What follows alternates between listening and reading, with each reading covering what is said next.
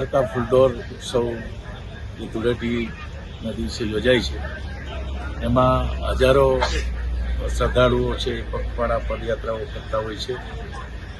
આપણા ગુજરાતના વિવિધ જિલ્લાઓમાંથી, અન્ય રાજ્યોમાંથી પણ પદયાત્રીઓ આવતા હોય છે. એના માટે જામનગર અને છેક દ્વારકા સુધી જે વિવિધ સેવાભાવી સંસ્થાઓ, અલગ અલગ ગામો અને અહીં જે ઉદ્યોગગૃહો છે એ અને અલગ અલગ વિભાગ, જામનગર પોલીસનો ખીજડીયા બાયપાસ ઉપર કેમ્પ છે, આરાધના પાસે દ્વારકા પોલીસે પણ કેમ્પ કર્યો છે. એવી રીતના સરકારી વિભાગોએ પણ આ સેવામાં જોડાણા છે.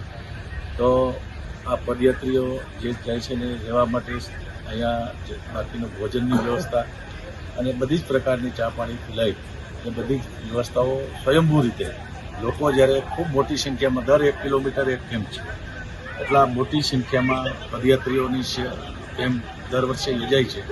એ જ રીતે આ વર્ષે પણ આ કેમ્પની મેં મુલાકાત લીધી અને હજી અન્ય કેમ્પોની પણ મુલાકાત લેવાનો છે.